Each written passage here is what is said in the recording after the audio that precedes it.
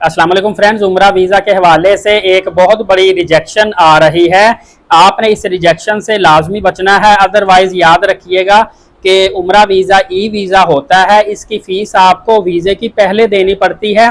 अगर खुदा ना खास्ता आपका वीज़ा रिजेक्ट हो गया, आपके सारे पैसे ज़ाया हो जाते हैं, 1 रुपया भी आपको वापस नहीं मिलता, क्योंकि उम्रा वीज़ा नॉन रिफंडेबल होता है। और दोस्तों, वैसे तो उम्रा वीज़ा 1000 में से एक बंदे का बड़ी मुश्किल से रिजेक्ट होता है, लेकिन उम्रा वीज़ा रिजेक्शन होने की जो बड़ी वजह सामने आती है, एक तो ये होती है, फ़र्ज़ करें आपने उम्रा वीज़ा अप्लाई किया, इससे पहले आप सऊदीया में रह के आए, आपके पास कोई वैलिड इकामा कोई ना कोई कैटेगरी का पहले से वीज़ा हो, तो फिर ये आपका वीज़ा रिजेक्ट होगा, क्योंकि एक ही कंट्री का एक के ऊपर दूसरा वीज़ा नहीं लगता।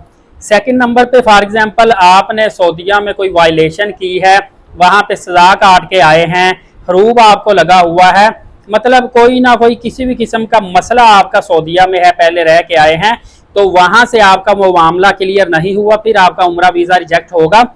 इसीलिए जब ट्रैवल एजेंट आपसे पूछे कि आप पहले सऊदी अरबिया में रहे हैं, आपके ऊपर किसी किस्म का कोई मसला, कोई ब्लैक लिस्ट, कोई इशू तो नहीं है, तो सम टाइम लोगों के ऊपर इशू होता है, लेकिन वो फिर भी कह देते हैं कि कोई मसला नहीं है, ताकि ट्रैवल एजेंट को कौन सा पता है। लेकिन तब उनको पता चलता है जब उनका वीज़ा रिजेक्ट हो गया, पैसे ज़ाया हो गए। अक्सर ये भी केसेस आए हैं, वीज़ा लग भी गया, जद्दा एयरपोर्ट पे जाते हैं, वहां से डिपोर्ट कर दिया जाता है। तो दोस्तों, एहतियात करनी है, इसमें सारे का सारा लॉस आपका ही अदरवाइज होगा। आजकल जो ज्यादा मसला आ रहा है, उसमें वीज़ा सेंड टू एम्बेसी आ रहा है, वीज़ा नोट प्रिंट आ रहा है और वीज़ा रिजेक्शन आ रही है। तीनों मामलात में चाहे पैसों का नुकसान हो, चाहे टाइम का नुकसान हो, ये जिम्मेदारी जो उम्रा वीज़ा लगवा रहा है, मुतमरीन उम्रा ज़ायर, उस पर ही जिम्मेदारी पेश आती है, ट्रैवल एजेंट की कोई जिम्मेदारी नहीं होती। यही वजह है कि ज्यादातर जो इशू पेश आते हैं वो सेंड टू एम्बेसी और नोट प्रिंट वीज़े का आता है। वीज़ा नोट प्रिंट कोई बहुत बड़ा मसला नहीं होता, ये कुछ दिनों के बाद वीज़ा प्रिंट हो जाता है, इशू नहीं है। अगर सेंड टू एम्बेसी केस आए, तो सेंड टू एम्बेसी केस को कंट्रोल करने के लिए शिरकों ने इसीलिए कह दिया है कि पहले से आप बायोमेट्रिक करवा के वो भी साथ अटैच कर दिया करें, बड़ी अच्छी बात है। फिर भी सेंड टू एम्बेसी केस आए, तो अगर आप मैनुअली तौर पर पासपोर्ट एम्बेसी में भेज के प्रोसेस करवाएंगे, वीज़ा क्लियर करवाएंगे, उसमें आपका 5 से 7 हज़ार रुपये लगेगा, और अगर आप ऑनलाइन घर बैठे ही करवाएंगे, फिर आपका तकरीबन 18 हज़ार रुपये लगेगा।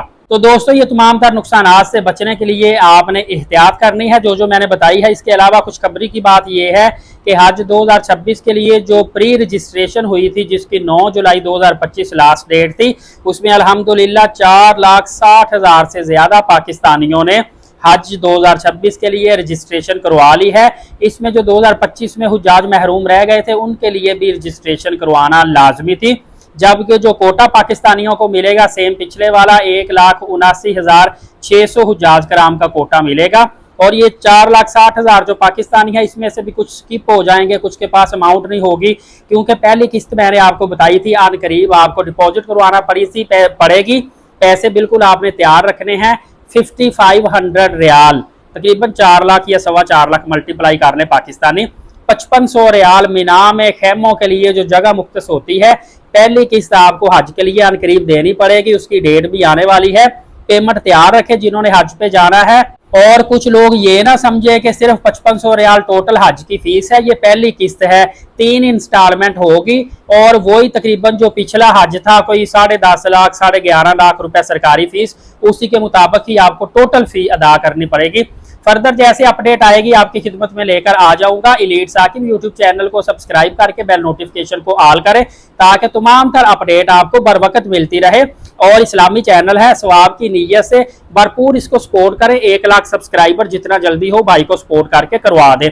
नमाज कायम करें, नबी पाक सल्लल्लाहु अलैहि वसल्लम पे रोजाना कसरत से दुरूद पाक और कुरान करीम की तिलावत किया करें। इजाजत दे, शुक्रिया, जज़ाकल्लाह।